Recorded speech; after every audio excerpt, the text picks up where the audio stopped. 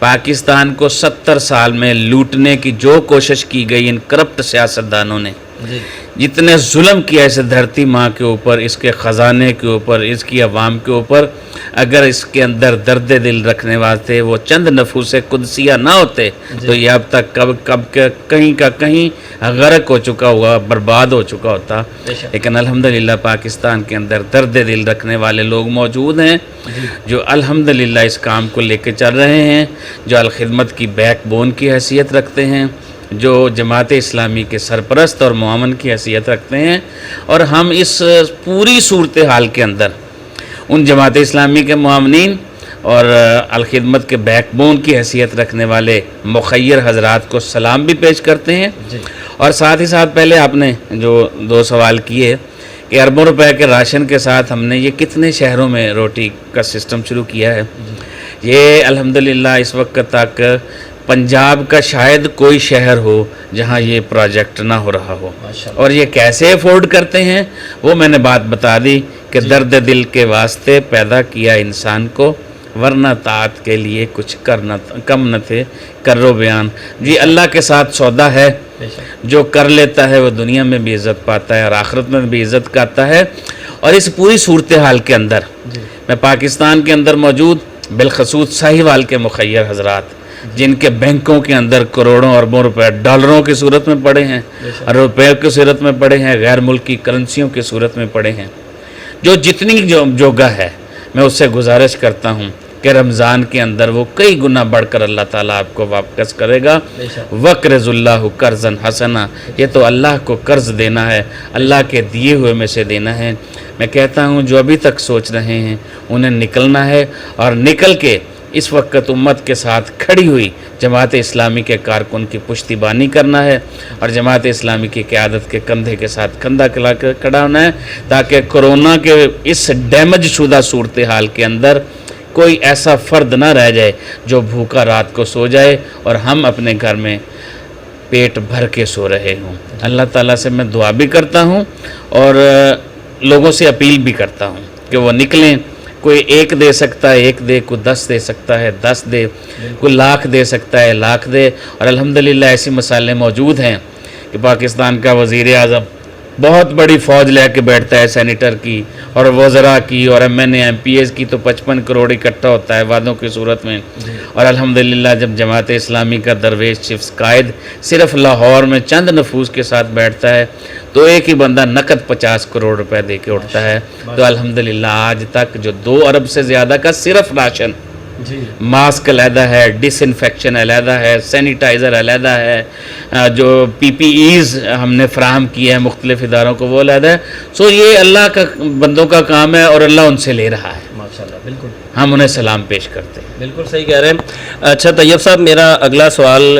یہ ہے کہ ٹرانسپورٹ کے حوالے سے سوال ہے کہ چیئرمین ٹرانسپورٹ کمپنی وہ کہہ رہے ہیں جی ہم ٹرانسپورٹ کھولنا چاہتے ہیں، یعنی کہ اتنے نامساعد حالات کے باوجود، جب کہ کرونا کا ابھی بھی بہت زیادہ خدشہ ہے، ڈیلی بیسس پہ ابھی بھی رپورٹس آ رہی ہیں، تو اس حوالے سے آپ کا کیا کہنا ہے؟ اگر ٹرانسپورٹ اوپن ہو جائیں یا حکومت اگر اوپن کرنا چاہے تو اس سلسلے میں آپ کی کیا رائے ہے کہ کیا یہ صحیح فیصلہ ہوگا ٹرانسپورٹ کو کھولنا یا غلط ہوگا؟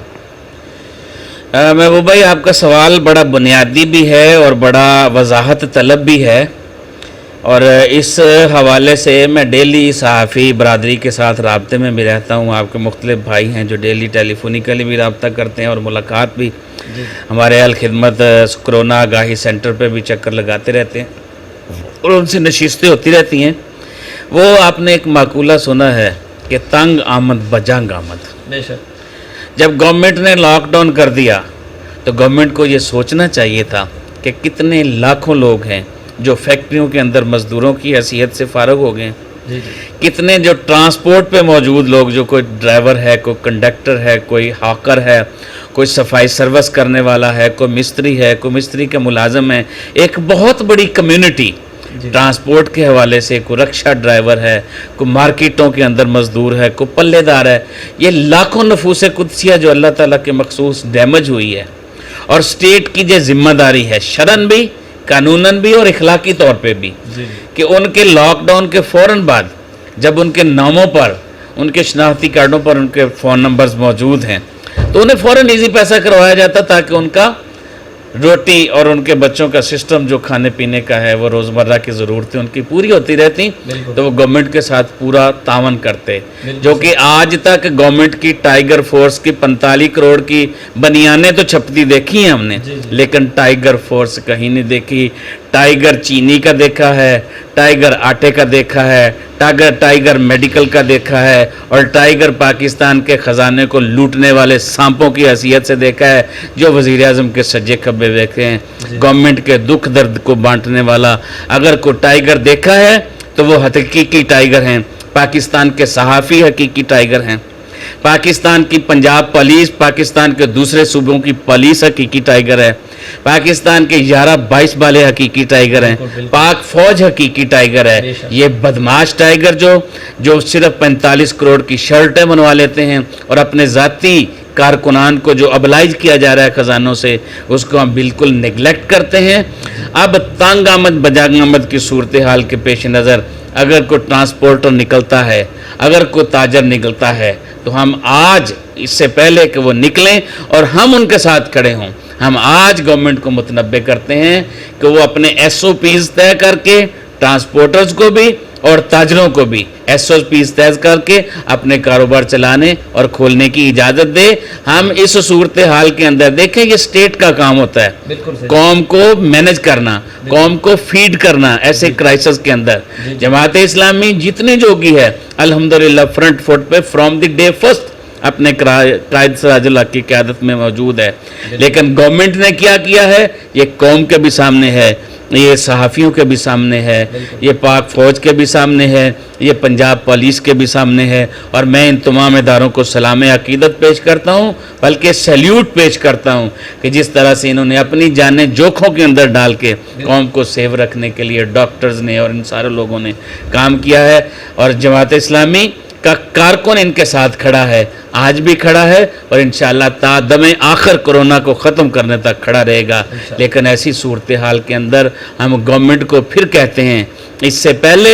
کہ عوام کا ہاتھ آپ کے گریبان یا آپ کے اقتدار کے غلام گردشوں میں آئے، ایس او پیز طے کر کے یا انہیں کاروبار کھولنے کی اجازت دی جائے، یا انہیں فیڈ کرنے کے لیے کوئی ایسا فوری سسٹم بنایا جائے کہ 1-2 دنوں کے اندر ان کے اکاؤنٹس کے اندر، ان کے ایزی پیسہ کیش کے اندر فوراً پیمنٹس آئیں، تاکہ وہ اپنی زندگی کا ہست و بود کا سلسلہ جاری رکھ سکیں۔ جی بہت شکریہ۔ اچھا طیب صاحب، میرا آخری سوال آپ سے تعلیم کے حوالے سے ہے۔ آپ نے بھی سنا ہوگا کہ وزیر تعلیم صاحب کہہ رہے ہیں کہ 1 جون سے ادارے کھلنے چاہیے، اسکول کھلنے چاہیے۔ تو جیسا کہ میرا پہلا سوال بھی اسی طرح سے تھا کہ یا تو یہ ہوتا کہ کرونا وائرس کا مکمل خاتمہ ہو چکا ہوتا تو پھر تو ہم اس طرح کا رسک لیتے، تو اب آپ کے اظہار خیال کے مطابق کیا خیال ہے آپ کا کہ ادارے کھلنے چاہیے یا نہیں کھلنے چاہیے؟ دیکھیں، جیسے کرائسس کے اندر ہم موجود ہیں اور کرونا ایک وبا کی صورت میں اور ایک آفت کی صورت میں ہمارے سروں پر ایک لٹکتی تلوار ہے، اس کے اندر اسٹیٹ کی یہ ذمہ داری بنتی ہے کہ وہ پہلے عوام کو محفوظ کرے، پاکستان کے بچوں کو محفوظ کرے، پاکستان کے بزرگوں کو محفوظ کرے، اور پاکستان کا مستقبل جو بالخصوص اسٹوڈنٹس ہوتے ہیں ان کو محفوظ کرے۔ اب یہ ماہرین بہتر انداز پہ اس بات پہ گائیڈ کر سکتے ہیں کہ جس سٹیج پہ اب کرونا کی یہ آفت موجود ہے اور کرونا کا کرائسس، ڈیتھ ریشو اور سسپیکٹڈ پیشنٹس کی ریشو، وہ ماہرین اس پہ بہتر بچا سکتے ہیں۔ لیکن میں صرف اتنا جانتا ہوں، ایک باپ ہونے کی حیثیت سے، ایک بھائی ہونے کی حیثیت سے، ایک قومت کا اپنے علاقے کا نمائندہ ہونے کی حیثیت کے، ایک